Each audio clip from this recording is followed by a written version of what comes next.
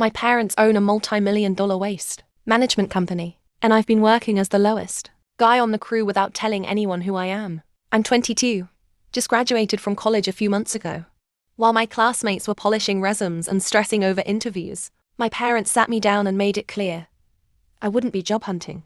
I'd be working for them. They run a massive waste management company like city-wide contracts, fleet of trucks, recycling centers, the whole deal. It's their legacy, and they want me to take over someday. But they also made it clear I wouldn't be jumping into some cushy office role with a fancy title. If I was going to lead the company, I had to understand it from the ground up. Fair enough. I actually respected that, so I started at the very bottom. One day I was on a truck hauling trash bins in the rain. The next I was elbow deep in recyclables at the sorting center. I never told anyone who I was.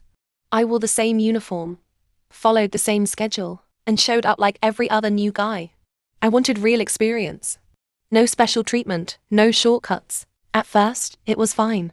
Humbling, even. I started to respect the people who do this every day in ways I couldn't before. They're tough. They work hard. But after a while, the vibe started to shift.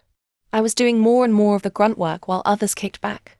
I was told to straighten out the bins, clean up after others, do the new guy stuff constantly. I didn't complain. I kept my head down. I figured it was part of paying dues. But then came the day that broke me. It was raining hard and we were already short-staffed. I barely slept the night before, showed up exhausted, and got drenched within the first hour. My clothes were soaked. I was cold and running on fumes. Still, I pushed through most of the shift until one of the senior guys, Ron, decided he was done. He dumped the rest of his tasks on me and said, "You're the new guy, you handle it." I got to leave early. I snapped. Politely, but firmly, I told him no, I wasn't doing his work. I was done letting people pile on just because they outranked me. He stared at me like I'd grown a second head. Then, with a smirk, he said, "Careful. Management might not like it if I start talking about your attitude." I looked him dead in the eye and said, "Then let's go to management right now." He blinked.